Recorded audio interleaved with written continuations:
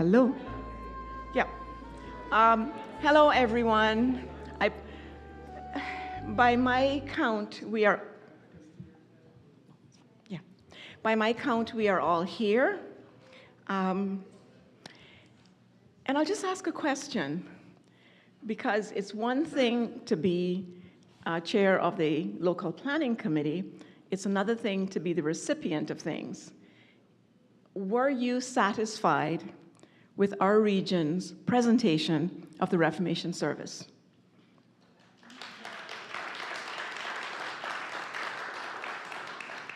And that's important because it's not about me or UCJCI, it's about us in community. And the effort that we made was to bring the Reformation Service into a local context, that you could feel the energy that we feel when we sing in our church. And so we hope that that resonated for you and that you felt a part of the CANAAC region. It seems there are many occasions when I'm supposed to say welcome.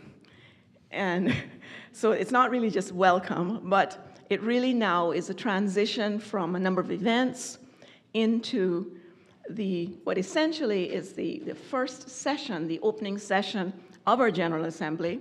And when we start tomorrow morning in earnest, right at 8:30, 8 o'clock or 8:30? My GS is going to kill me. 8:30 with UCJCI leading Bible study and worship tomorrow. But for now, I want to welcome you again into the church I grew up in, and to say a couple of things. The ladies have said that there are a number of sandwiches that will be left in the hall, so if after we finish here and you'd like to grab some more, just pop over there and all will be well. There's that. A reminder, please, tomorrow we want this GA to go, it's paperless, so please have a tablet, a computer, something. There will be electrical cords under your tables. All delegates must be seated at one of the tables in the sanctuary. The sanctuary has been set up for the General Assembly now, and so you have to be seated at one of those tables. There will be rows of chairs behind the tables. There'll be a number of observers coming in over the course of the 2.5 days, but they will sit in those chairs. Your program outlines exactly what's going to be happening over the 2.5 days, so I'm not going to walk through that, but suffice to say that something important I was supposed to say. I can't remember what that was. Okay. When we started the concept the paper, and it was Colin and Phil Tanis and I. Colin, where are you? Oh. The question was, what would the theme of this General Assembly be? And it seemed like a no-brainer that on the heels of the General Council in 2025 October, that we would explore the same theme, Persevere in Your Witness, to prepare our own region for its engagement in that global space. And so hence, we accepted that theme. So tonight, we're going to call on Satri to really explore for us the theme of Persevere in Your Witness. And after that, I've invited 3 of our denominations, Reverend Eddie over there from RCA, Reverend Kieran Kilawan from PCTT, and Reverend Carmen Lansdowne from United Church of Canada to respond to what they heard from Setri. When we've done that, I'd like to engage the rest of delegates in your reactions to what you heard. Okay, so we have a fulsome community engagement space. So Setri, I want to invite you up to do your presentation on that thematic exploration, and then invite Eddie, Kieran, and Carmen in that order to speak to the context of your church and what you heard, whether it resonates or it's different from the context that you sit in. All right? Thank you.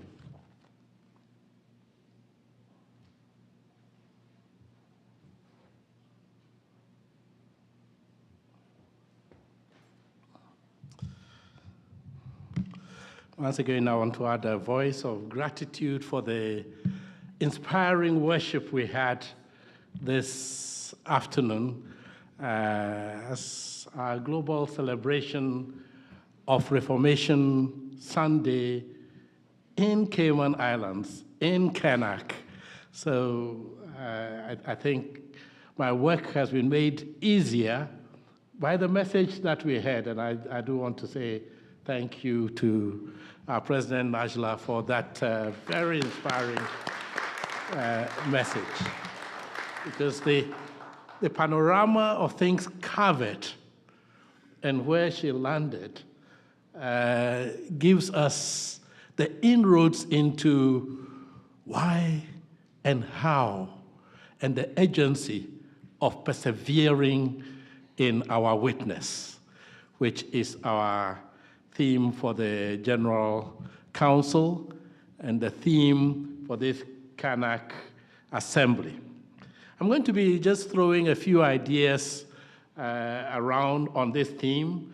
We'll have time tomorrow to actually look at what the General Council is and the mechanics of those in the orientation slot that has been put in the program. But for now, I'll just zero in directly on reflecting on this theme of persevere in your witness.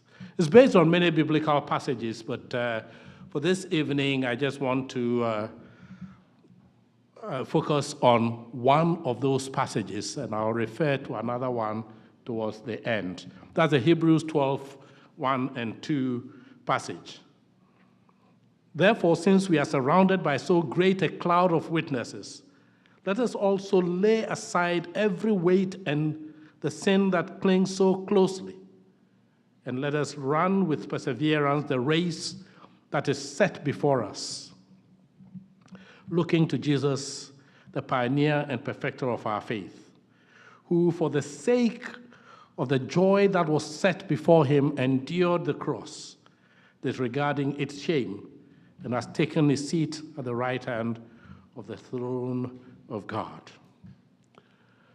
In the previous chapter, we were told, we were given a whole list of people that have been people of faith in their real circumstances. These were not people plucked out of a joyous, prosperous situation, and then we just have a list of people who we are told this is what it means to have faith. But people who were actually facing very difficult circumstances, people who were looking at what it means to be a person of faith in their contexts. And these were witnesses in their own times. And yet we were told that for the sake of the faith, for the sake of their witness, they went through challenging times, including some being persecuted and stoned to death and sawn in two. And we have a description of what it meant for them to be faithful people in their own times. Then the 12th chapter begins in the way I just read.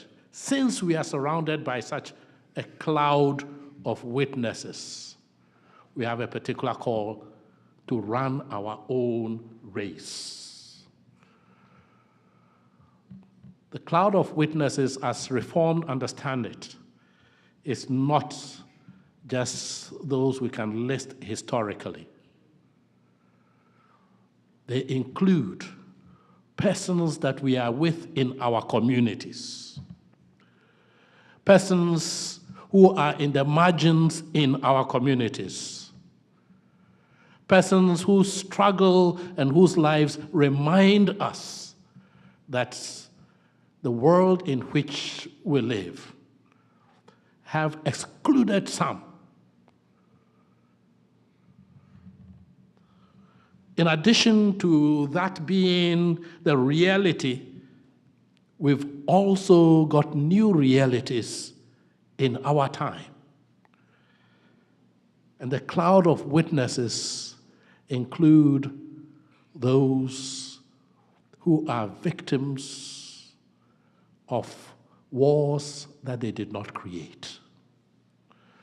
I think some of what Najla pointed to this afternoon remind us starkly that we live in that kind of world.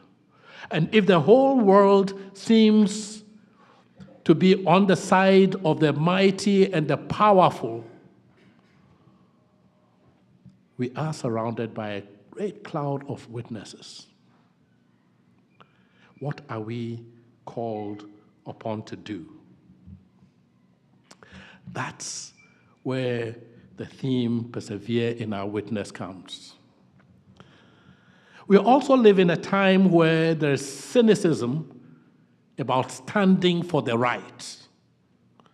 So much so that some are actually questioning those who stand for the right, even in our pews. Some are even in leadership in our churches who question the wisdom of standing for justice. We would rather, as described in Isaiah chapter 58, go by the rituals, what we know the church is called to do. We would rather ensure that our worship on Sundays remain that boat which is not rocked, remains that which we can point to and say, yes, we are following the tradition, even the Reformed tradition, rather than follow the one who calls on us to break the chains of injustice. With all these factors, it's easy to give up. It's easy to be discouraged. It's easy to wonder whether there can ever be a change. This year, as we celebrate the 20th anniversary of the Accra Confession, it is tempting to say 20 years. We should have seen some differences by now. But instead of the differences, we continue to see things get worse. This region has just gone through 2 devastating hurricanes, and yet there are many who do not know the consequences of climate change and climate injustice. And many would rather sit by and say, we are tired. It is in the middle of all these that we hear the call coming to us anew, not to be among the discouraged, not to be among the cynics, not to be among those who would rather just keep on the tradition, but rather be part of that community that hears, persevere in your witness. That witness that's led the people of whom we read today in Hebrews chapter 11 to stand firm in their own times. That witness that led Martin Luther, Zwingli, Calvin, and others to say, here we stand. That witness that led to the crafting of the Accra Confession 20 years ago. The work is not done yet. We are called upon to persevere in that witness. And the question is, how are we doing that in our region, in the CANAAC region? What are the issues around which we are reminded again this time around to persevere in our witness? Even if what we are called to do is not popular, we understand that the Lord of the church, whose first public message included coming so that those who are oppressed will be set free, is part of our calling.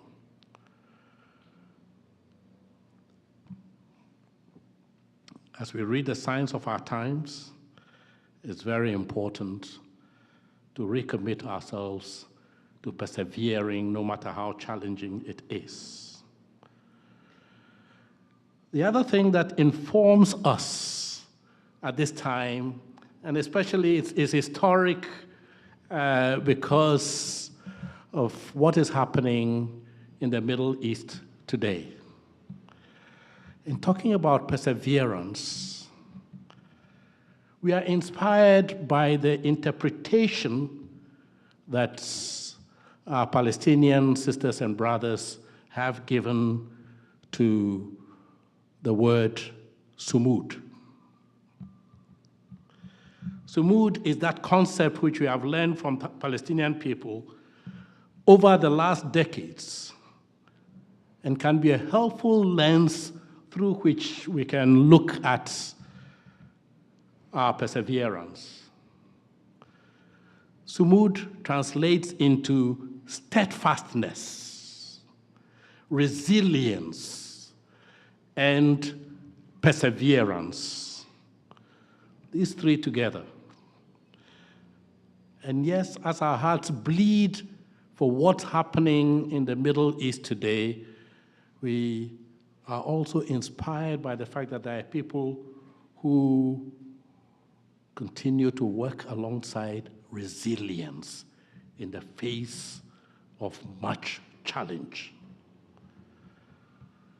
Sumud is anchored in the strive of oppressed people to a cause of justice and of historical rootedness in the land.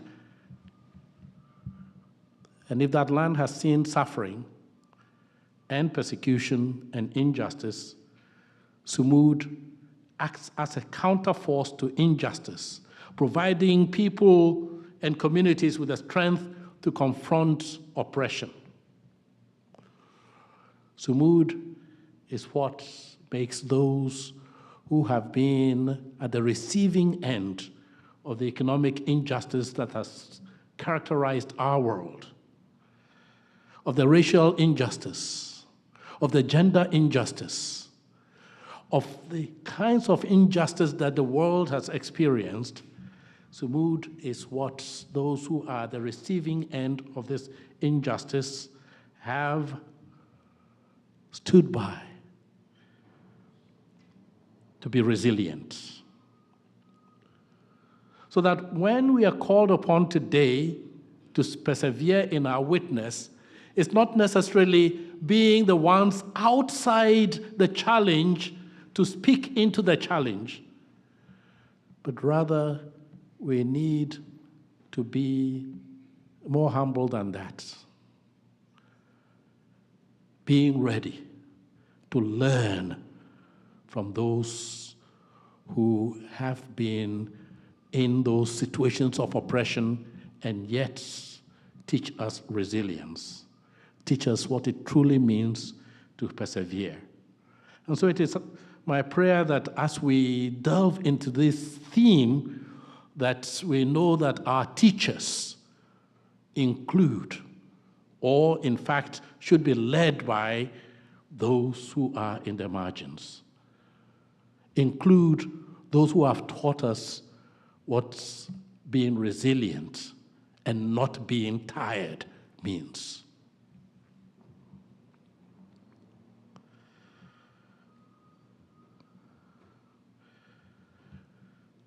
It is in this setting that the Hebrew writer, the writer of the book of Hebrews, challenges us to persevere in that witness, looking to Jesus, the pioneer and perfecter of that faith, who himself was crucified because he was different, because he came for the sake of those who did not have life to have life. And if we are his followers, what does it mean for us today? I want to end on the note of another passage. And this one I will not read, I'll just summarize that passage as it comes to us from Revelation chapter 2. The first church that the message to the 7 churches addressed. Each of these 7 churches has some critical remarks, and they also have some affirming remarks.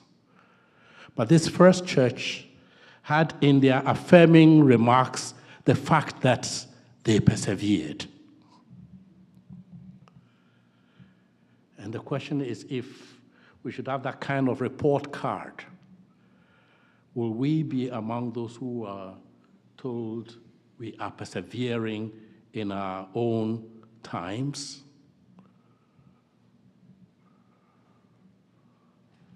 As I said at the beginning, I share these few thoughts, not as an end in itself, because I know there are going to be responses to it, but as things to provoke us to keep on reflecting on this theme, persevere in your witness. And I look forward to how our conversations around these will go, and look forward to the responses that will come right now, leading us into our discussions. Thank you very much.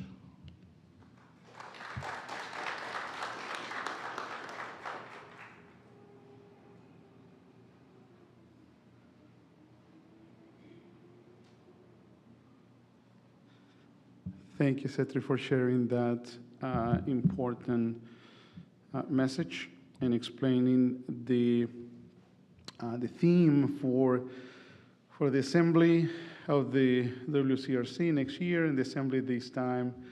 And thank you, Angela, for inviting me to give a brief response. I know that I have 7 minutes, so I gotta go quickly.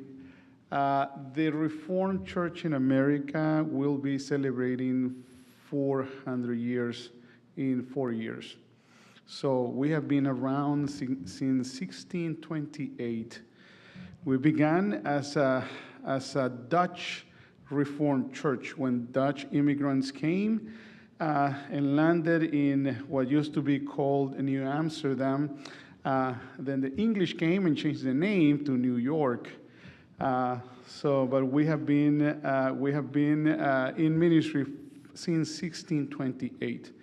So throughout our 400 years of history, we have seen God at work in mighty ways. God has done a beautiful thing, and we continue to transform. We continue to change. We continue to evolve. We continue to try to be faithful in our witness to the ministries over all this time. I have been serving for the last 6.5 years. I cannot believe that it's been 6.5 years since I began my work in the Reformed Church in America as General Secretary. And the theme of persevering in our witness connects really well to our own context. I think we are in the process of restructuring. In that process of restructuring our denomination, because we, similar to what Ian was saying yesterday, where we have our structure was for a lot of members in churches, but over the years we have been shrinking, and because of the challenging conversations that have been going on in North America, specifically around the people that you are mentioning, people on the margins, the LGBTQ community and immigrants and refugees and all of that. So that has been a challenge for us. So we are persevering in our witness through a process of restructuring. The General Synod in June of this year, we approved that recommendation that called the church to reimagine our structure, reimagine how we do ministry. Historically, in the Reformed Church, we had 4 layers of leadership. The local congregation, there's a consistory, and then we had a classis, we had a regional synod, and then the general synod. So general synod in form task force that I was working with, and we called the restructuring team. And the question was, how do we continue to do ministry together? And one of the questions was also the LGBTQI conversation. How is that going to be? How are we as a denomination going to address that conversation? It was surprising for so many people that the restructuring team brought back a recommendation that did not include any change in the reality of the LGBTQI conversation. Our synod decided that will be a local decision of every classis. So, and we're saying, okay, because of where we are, we want to be a big tent. When we when we are a big tent, that means that, we like to see people connected with us. So that means that some of our classes will be, more on the progressive side, and they will perform, they will ordain members of the LGBTQI community. They will allow some of the churches perform same-sex marriages, but some classes will not do that because of their conscience, because how they read the Bible. And we have decided to say, okay, we will stay in what we call the messy middle. And one of the pieces that we're talking about in my report is the calling of John, John chapter 13 and 14, when John talks about loving one another. And I was sharing in June in my report that, what we read in the Gospels, in the Synoptic Gospels, the Jesus of the Synoptic Gospel, when we talk about loving our neighbors and loving God, the Jesus of the Synoptic Gospel is making an explanation of the Old Testament. That's what we see. But the Johannine Jesus, the Jesus of the Gospel of John is saying, I'm going to give you a new commandment. This is new. Because, living in a big tent requires a lot of humility. It requires to love one another, because love is both ways. I love you and you love me. And love doesn't mean that we're going to agree in everything. It means that we are going to live together. It means that we're not going to judge each other. It means that, that we are going to, follow Jesus and be faithful in that calling of Jesus. So we're going through a process of restructuring. Also, that report that General Synod decided to focus is that we in the Reformed Church in America, we're going to focus on disciple making. We're going to make disciples who make disciples. So we're not going to focus on a lot of who's wrong and who's right about reading the Bible, but we're going to focus on being that group of disciples that love each other. Again, in the Gospel of John says, how does the world see that we are the disciples of Jesus? When we love one another. The loving one another piece is a really important piece as we continue to do the work of mission as we continue forward. And finally, we're going to persevering in our witness through a ministry that emphasizes, church revitalization and church planting. So we had a lot of churches in our denomination that are small, a lot of our churches that need that needs support and help. As we continue into the future, we're going to focus on that, and that's how we're going to to do our best to persevere in the witness of the Lord. So going back to what you were saying, Cetri, I think that connects really well with the theme of persevering in our witness. We're going to, my hope is that when we gather together, we will not continue to talk about things that divide us. We're not going to continue to talk about excluding people. We're not going to continue to talk about that. We will focus on how do we become faithful followers of Jesus who invest our time, our energy, making disciples that will also make disciples as they continue into the future. Thank you.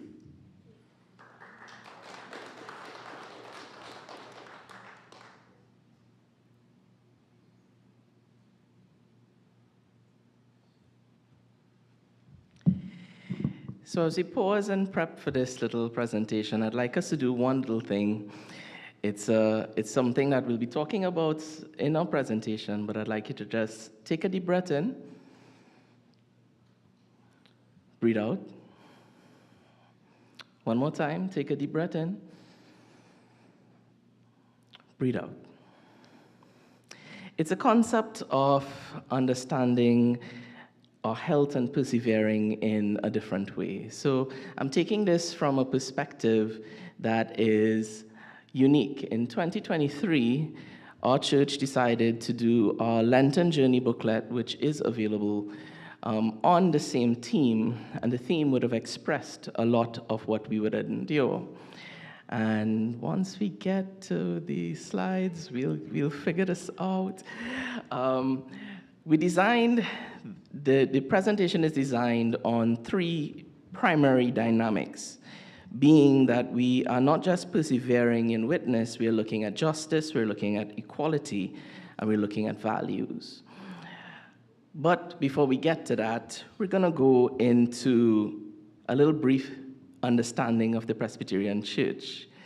So the Presbyterian Church, I'll keep talking while we get the slides up, right? The Presbyterian Church of Trinidad and Tobago is 156 years old. We're not that, coming after Eddie, we're not that long in historical existence. We are birthed from the Presbyterian Church of Canada, which is now the United Church of Canada. And that structure will be rooted in our dynamic. We have 107 churches, 72 primary schools, 5 secondary schools, 3 ECCE centers, and 1 tertiary institution, which happens to be the oldest tertiary institution on the island. So we're very steeped in education. The PCTT is rooted in fighting issues of justice, equality, and shaping values through education. And historically, we are pivotal in the democracy within the political world of Trinidad and Tobago. And we are pivotal in the founding and functioning of the Interreligious Organization of Trinidad and Tobago. That, if we go to the one with the big little circle, that's where that's from. We'll get that. Post-pandemic, I'm taking this from a post-pandemic point, and in that dynamic, we are still striving and currently placing a lot more effort into the pastoral care dynamic because we have some fallout within the concept of returning to church. Within justice, we're going to look at a unique dynamic. We have seen in our witness a span to care for ethnically different personalities. The church is historically given, rooted in the East Indian community of Trinidad and Tobago, but now we have partnered with the vulnerable Venezuelan refugees on the island. We have assisted and partnered with the Roman Catholic Church, and we continue to do so to delve into community-level care. We have worked with the government as well, because we do have that listening ear, who has only recently, and when I mean recently, September of this year, they have begun a slow rollout into the educational system of registered Venezuelan refugees. Now, this is something that we've been fighting for. It's been a difficult walk because we know when it comes to refugee work, it's not easy to get them into the educational systems. And that's one of the things that we are aiming to. I will have to point out, though, that the Presbyterian schools are very strapped for space, and therefore it's very difficult for us to take on students. We're only taking on a few when the Roman Catholic Church is taking on the large majority, and it's largely also due to the fact that the majority of the Venezuelan refugees are Roman Catholic. So we're looking at that kind of dynamic in our church. We have called on our own owners of companies, wonderful. So we're looking for justice, right? Just go to the justice, let's keep going up, good, we can stop right there. So we have called on all our companies and owners of companies to, under the dynamic of the Venezuelan community, to use proper financial processes when hiring refugees. Because we've had a situation on the island when those workers were not treated with the care and the honor of the work that they do. And that's one of the issues we continue to plug when it comes to justice. Our BOSR and Sold Out Servants, which is a youth organization, have worked in the PCTT to share items, not just as school supplies and food items, but actually aid in constructing homes for those who have found themselves on the streets or vulnerable to the elements in these times.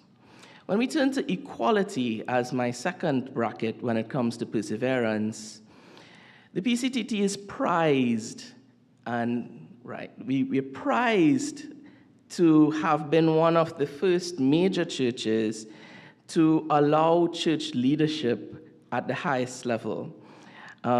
Before our current moderator, we had 12 years of female leadership of the church, telling ourselves that we have now come to that point. I'm currently the lead in I'm the principal of the Theological Institute, and for every one male that comes into the institute, there are 2 females that come in to learn. So very soon, you're going to see a larger female clergy in our church rather than male. And that's something that we have prized ourselves in that regard. There's been a lot of conversation with our youth in relation to matters of gender justice. We are still talking about it. It's a slow walk, I will be honest, because as a Caribbean country, and I think we share this with many of our Caribbean colleagues, the issue of gender justice is a slow walk. It's a very slow walk, and it's a trepidous walk that we have to tread carefully with. So in that instance, we are still talking and aiming for more discussions, not wanting to create a divide, but simply be a welcoming community. Our historical need, next slide, for church workers is another dynamic that speaks to equality.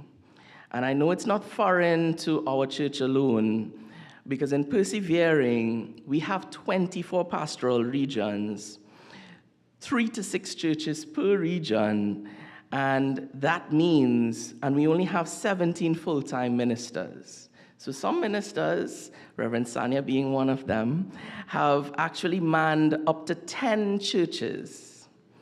And we have a situation where in those instances, we are strapped for workers or ministers. We have therefore brought on contractual retired workers because we needed the assistance.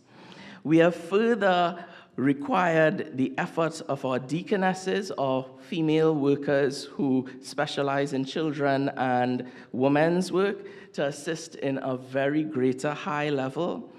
And to aid, we have done something a bit unique, and I know it's not entirely Presbyterian, but we have created a position called the presiding elder. It's a lay leadership that has arisen from the regions and from the points, and now we have twice as many presiding elders as ministers. And presiding elders are like lay pastors, but the unique difference is they can actually administer the sacraments.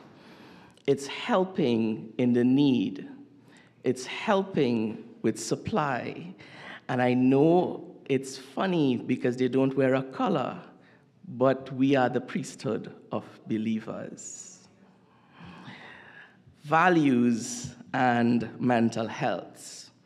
I know we're a different church, please excuse us.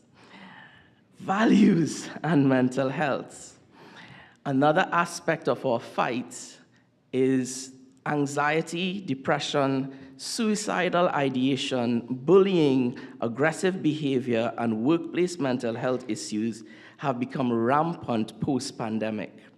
It's become so bad that we have had to institute new systems within the church for mental health and values education. In 2023, we launched the church's first mental health wholeness unit, Bet Rafa Mission, which has become an umbrella organization assisting not only church members, but societies at large. We have a hotline that they can call into, and many people are seeking that. They're not just from the church, they're coming from the school systems, they're coming from other religious institutions, and it's burgeoning to become something very weighted.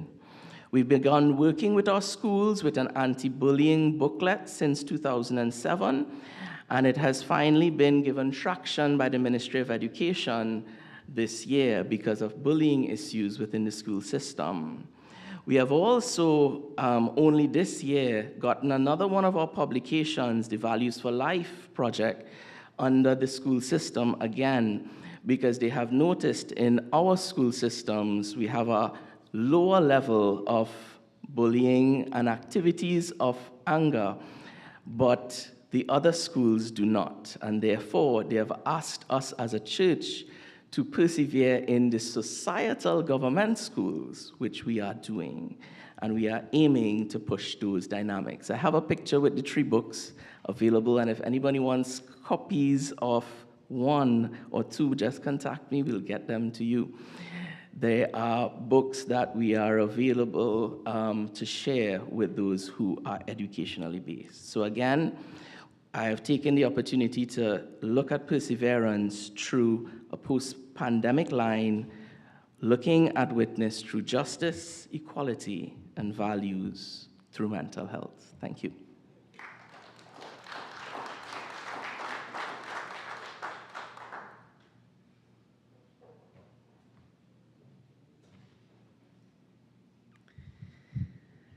All right, last speaker of the evening, yeah? You can persevere in listening to my witness. So in preparing to speak on the theme of our General Assembly, the following 3 ideas came to me that I was reflecting on the question, what must we persevere through? I was reflecting on the issues of witness and testimony, and what does respectful witness look like in an age of repentance in Canada? And then reflecting on the need to be rooted in confessions and assurance of pardon, which is connected to that second point. So coming from the United Church of Canada, I want to share a little bit about our context. I think it was shared this morning in worship at South Sound, but maybe not necessarily in this group. I can't remember. Time is meaningless 2 years into being moderator of my church. But I'm the first Indigenous woman to serve as moderator of the United Church of Canada, and only the second ever Indigenous person. So in May of 2023, Broadview magazine wrote a story about the latest Pew Research Center statistics stating that Canada's largest Protestant denomination, that's us, is shrinking the fastest. The latest census paints a grim picture of the United Church of Canada, which lost a whopping 40% of affiliates between 2011 and 2021, falling to 1.2 million people from roughly 2 million. Affiliates are people who self-describe in the census as having a United Church identity, but they may never go to church. In the same 10-year time period, the United Church tracked membership dropping from about 480,000 to roughly 350,000 people, and church attendance declining from over 165,000 to under 120,000 people. So the narrative of decline that has already come up in our assembly together is alive and well in our communities of faith, as well as in the broader public. Many of you will have heard that Canada went through a Truth and Reconciliation Commission process. Between 2007 and 2015, the Indian Residential School Settlement Agreement compelled the Government of Canada to provide more than $72 million to support the Truth and Reconciliation Commission's work. The TRC spent 6 years traveling to all parts of Canada and heard from more than 6,500 witnesses. The TRC also hosted 7 national events across Canada to engage the Canadian public, educate people about the history and legacy of the residential school system, and to share and honor the experiences of former students and their families. It was a national legal policy that children who are legally considered to be Indigenous in Canada must attend residential schools, and the unofficial policy, and something that was penned by one of the previous ministers of Indian Affairs, was to kill the Indian in the child. Part of the testimony of the TRC hearings included survivors sharing that they believed that there were unmarked burials at sites of these so-called schools all across the country. Commissioner Murray Sinclair said at one point he wouldn't be surprised if there are as many as 25,000 unmarked graves across the country, a significantly higher number than the 2,800 deaths confirmed as part of the TRC process. In June of 2021, the report of 215 potential burial sites at one single school rocked the country, and with the help of ground-penetrating radar, individual communities have identified potential grave sites numbering more than 10,000 across the country, with only a fraction of the residential schools having engaged in any ground-penetrating radar. To be clear, due to a host of legal and cultural constraints, there have been no exhumation of bodies to date, and many communities, along with survivor families, struggle with how to best proceed in a trauma-informed way and with care, and paying attention to our cultural protocols, which are very diverse across the country. As a denomination that was engaged in the running of these so-called institutions, or schools, the United Church of Canada has been an open and willing partner to the Office of the Special Interlocutor on Unmarked Burials over the last 2 years, as an examination of this issue has happened. Institutionally, we set aside an initial $200,000 for each of the 15 schools that we operated. The funding is provided should communities wish it, making funds available to support the work of identifying unmarked graves, in addition to provision of all relevant United Church archival records. As the granddaughter of a residential school survivor, I have been grateful for the approach that our church takes in trust-based granting, culturally sensitive methods of working, and also that as an Indigenous woman and granddaughter of a survivor, that I'm never asked to speak on behalf of the church on this issue as we continue to be accountable for our history. The one exception that I made was the first national gathering on unmarked burials in September of 2022. They asked the Office of the Moderator to give an official response to the proceedings of their first event. And I claimed that it was a difficult spot for me to be in because I was the granddaughter of a survivor. Our church's position is that I shouldn't have to speak about residential schools. And the reason I can stay Christian and Indigenous, and the reason I can serve the United Church of Canada, is because we are continually stepping forward and being accountable for this heinous history. In 2018, the United Church of Canada restructured. There was no segue there. I'll leave aside that hard context of what's happening in Canada and in our church, just to say that I'm proud of our church and the approach that we are taking.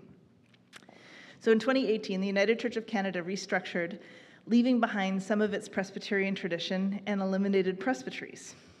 After the restructuring, and because our General Council offices and their annual financial budgets depend on the financial well-being of our congregations, Our General Secretary and the General Council Executive engaged in a strategic planning process, which included defining a new call and vision of the church. Our vision is that, called by God as disciples of Jesus, the United Church of Canada seeks to be a bold, connected, evolving church of diverse, courageous, hope-filled communities united in deep spirituality, inspiring worship, and daring justice. As a result of that vision, we articulated a new call to the church, to be a church of deep spirituality, bold discipleship, and daring justice. I love this new call and vision. As stated, they feel broad enough to cover the diversity of United Church communities of faith from coast to coast to coast in Canada, because we also include the North Coast, which is our biggest coastline, while still representing the heart of who we are.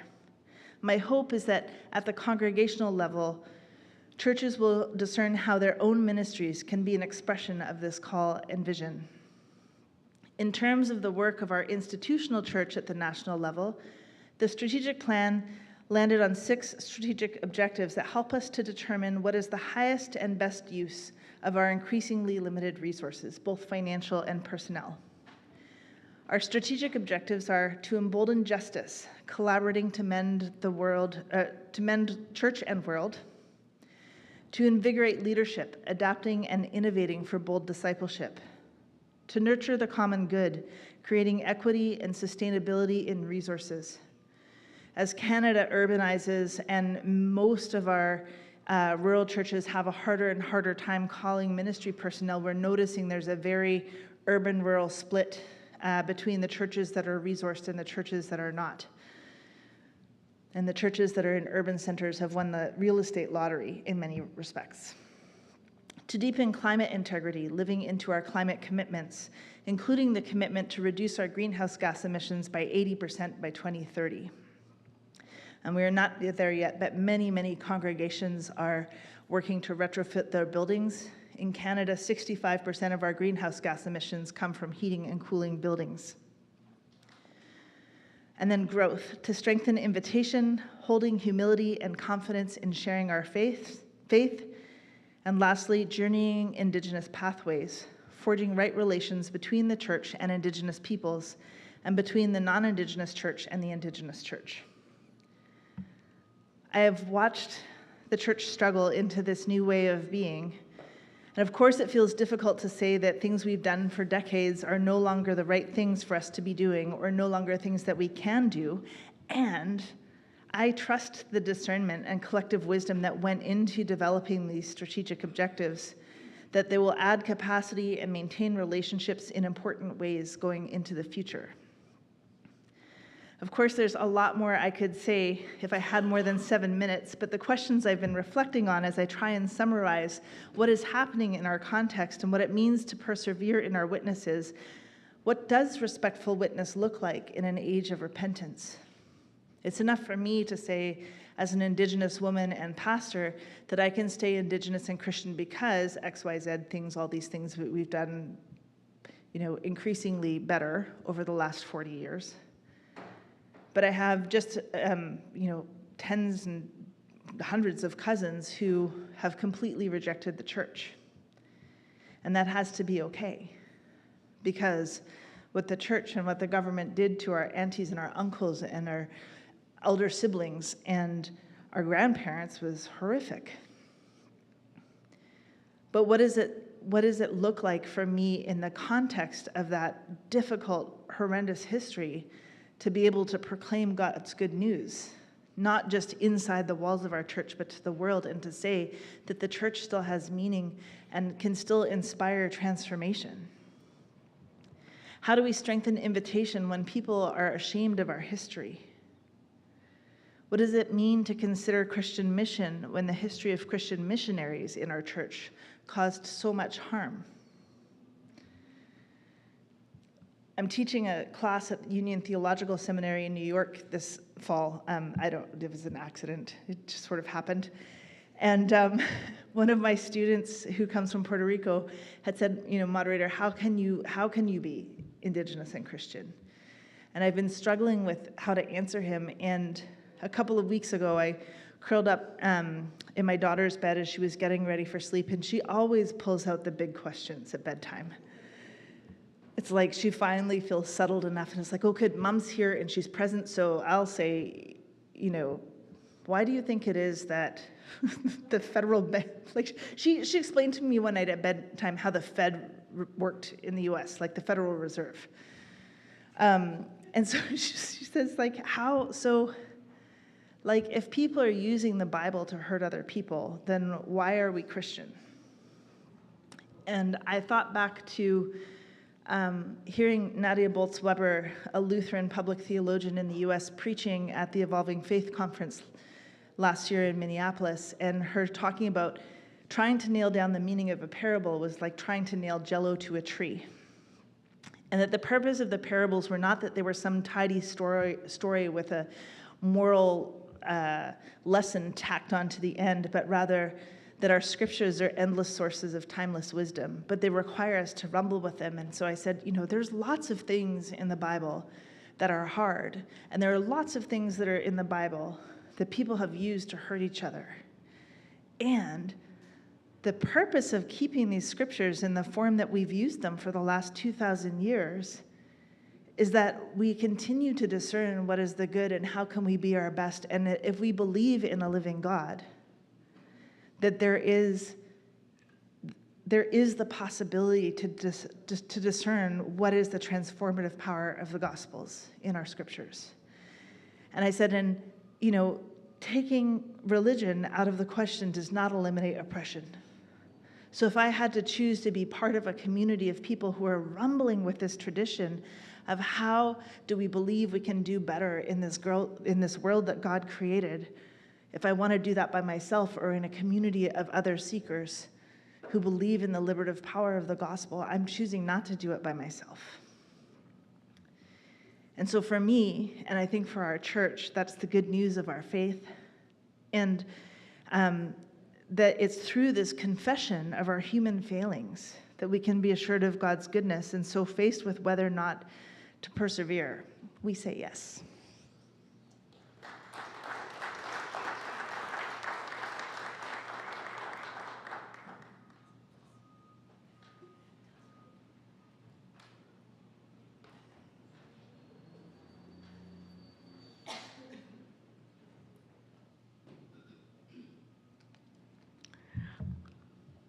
I just said to Carmen, I don't know what to say. What we've heard from 3 denominations is what hard spaces feel like, what difficult questions feel like, and how those questions have even in the big tent, have no real answers, but we struggle. But one of the things that all 3 of the denominations talked about was the hope at disciple making, the hope at looking through at the services that can be provided when you look at PCTT, and the aggressiveness, and I want to use that word thoughtfully, aggressiveness with which you're seeking to engage at the local level. And then for you, Carmen, the journeying of the church. And I raise my hand, I'm a Canadian, so I've attached myself to really journeying with what happened at those residential schools. I'm not an Indigenous person like you are, but I really wanted to understand. And to be in the presence of a granddaughter of one of those people is humbling for me. The incomprehensible nature of it, but in spite of that you speak to, in spite of all of that, I choose God. And that's the hope. That's the hope in every one of these. So when we talk about persevere in your witness, we must go beyond all that is wrong and all that is difficult and all that how did Eddie put it? We have to agree to disagree, and we have to find the things that we agree on and come together. But we have to remember that in all of that, there's the amazing hope. And how will we engage with it? And how will we answer the young child so that that young child finds the energy to go forward? So I don't know if anyone wants to, I mean, I'm overwhelmed personally. I don't know if anyone wants to make a comment or anything. If so, we maybe have one or two of those. It is that magic hour. But I want to thank the three presenters, because you have established a platform on which this General Assembly, when we step off tomorrow morning, can really move in with depth. And as we come into tomorrow, you will, let me forget about Sunday and come to Monday. You will be leaving the hotel at 7:30 on the dot. So please be in the lobby. Please, everyone accounted for, in order to get to Savannah and be seated, because we want this General Assembly to run on time. So the start right at 8:30, and UCJCI will be leading worship, followed by the immersion experiences. And overnight, tonight, those will go up on the website, so you'll see which experiences we've been able to slot you in. And for and as well, around lunchtime tomorrow, the three committees will also go up on the site, and there'll be notes for whoever's on the theological committee, because we've collected everything that was that I got, and Chelsea's got those all prepared, so be able to share that. Friends, it has been a long day. You've worshiped in congregations across the island and had various experiences. And now we have been able to formally open our General Assembly and to really begin the journey of engaging on the issues around persevering in the context of so much and holding the Accra Confession sacred as we do so. Before I say goodnight to you, I want to say farewell, safe travel to three people. Jehoon, really sorry you're going, but it is what it is. You got a big job. And then there's Kathy and Marie at the back from Calvin Institute of Christian Worship. And then there's Samuel from WCRC, one of the vice presidents. They'll be leaving us tomorrow at various times. But to say a sincere thank you for joining us, and that we have had a better experience for your presence. God bless each of you. The bus is already here, should be. The bus should be outside, and you travel back to the hotel, and then we start tomorrow morning at 8:30. Thank you very much.